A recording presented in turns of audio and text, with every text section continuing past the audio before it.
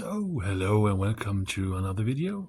It's been a while, but now I'm back again. And today we are going to try to learn how to write early Gothic manuscripts. It's a calligraphy style that was used in Western Europe around year 1000 and until the middle of the 1200s. It was developed in France and England, and it later spread upwards to Germany and Scandinavia and Spain and so forth. And I think this style is very, very, very beautiful. So get your pens ready. I will use a 2.0, one of these edding pens again. I really, really like this pen. It's really easy to use. So if you can get it somewhere, I highly recommend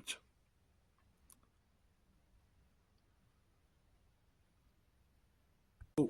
First things first, just if you have support lines, it's very good to use them. I mentioned them in an earlier video before, and it really helps when you're doing this stuff. So get a paper ready, just lay it over the support lines here, and then you are good to go. What I like mostly about this style is that the endings of the shapes of these letters are really beautiful. They have a nice so-called serif, an ending. So let's go. Hope that we will get this job done. So I will start with an A now, and as you might notice, they are a bit longer than the usual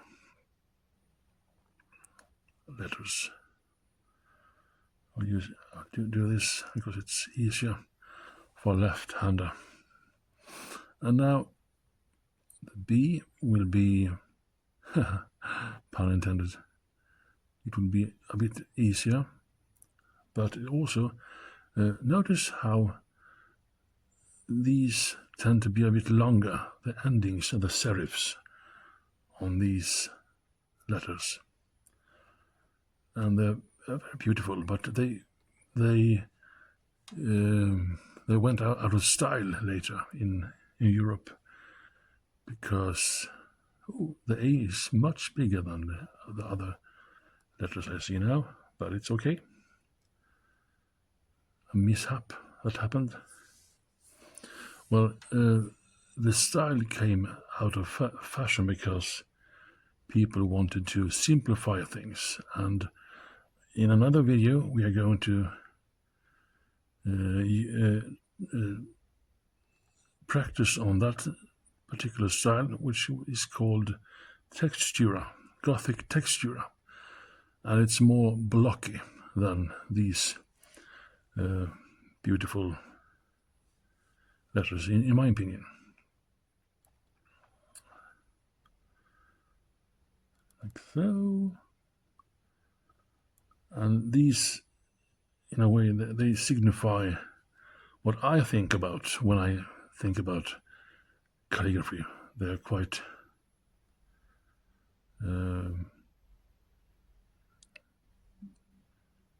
they have a lot of personality, if you can say that. And the F here is quite fun too, because you need to build this up so it becomes a bit thicker, like this, and then it goes like this. And also the G is very much different. Oh, hang on, I did this wrong, I think. It should be a bit longer, if I remember correctly.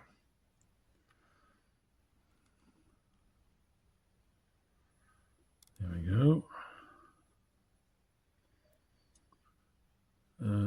The main reason why they simplified this kind of style was it took forever to write things. So they were a bit like humans always have been. Like, we want things done fast and efficiently. So they made the letters more block-like. But I really enjoy this style because it's very much really does its thing if you're writing a postcard or of a love letter to a certain other in your life or whatever have you. There we go, and I will just change the row here. So this became a bit too big. It should be smaller. I see now. I was a bit out of line here, and I think I might have messed this up. It should be leaning a bit more upward, if I remember correctly. Well, like this. I'll just do this on freehand now, but you will get the idea. So this goes a bit longer out like this, and then it goes back like this. So this is more correct. This is more, what have you, a standardized kind of A, I could say. And the K is also very beautiful. If you notice here, the serifs, they go up quite high on these longer parts.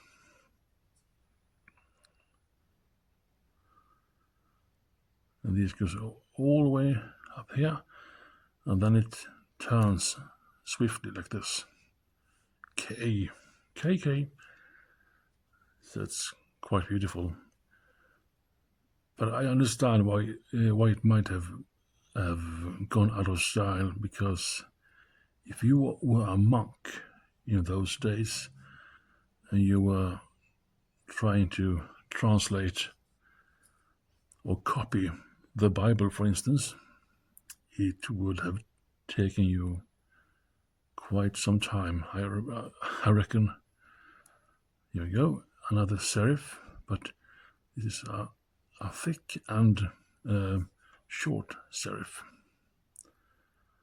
I'm not quite sure why they're called serifs, but it's a nice word. It's a technical term, I guess.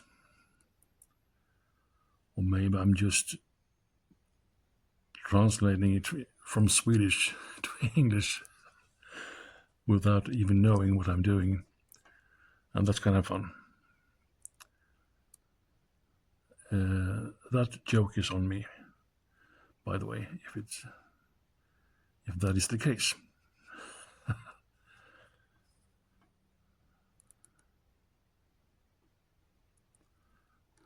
And here, and the O, as always, when you're left-hander, you take the strokes upward like this, and you will not be in trouble. Nice. KLMNOP. It's also quite beautiful. It starts down here, then goes up, all the way up here, and then make a short serif that connects with the top here. And then we have, pardon me, goes here, and then we have this goes here, and this goes here, up, no, out, then up, and then down. Also we have the Q. It's also very beautiful. All these letters are beautiful, and I can't help but to wonder if it would be even more beautiful if I would have used a thicker tip for the pen, like a 3.5 or 5 even. I don't know. Maybe I should try that. This goes up here, and then you need to have a bow up here like this. PQ R comes here, like so. And this goes up, and then you have a thick serif again. So connect the two, 1 and then 2. This also goes down. And we are back. I ran out of batteries actually, and as you can see, I have completed the alphabet here, and it's mostly doing the serifs in most of these letters. Like, for example, the U here. So I didn't get this on film, I'm afraid, but I can just show you. The principle is the same. So you go up here, and then you make a short serif. This also with the V. Go up here, and then you do a short, quick serif, and this needs to be controlled. It doesn't. This part shouldn't swell away like I do sometimes when I write freehand. This all needs to be controlled now, and the same is true for the W also. You need to have more control over these letters with serifs, and goes back like this. The X is like a common X, and the Y is the most difficult part, I feel, because I haven't mastered the Y, and it's mostly similar to Elvish, I think. It's kind of hard to do. It goes like this, and then you have to do one of these, and the Z is also quite normal. It's restrained, also like this. And now you have the entire alphabet. And good luck.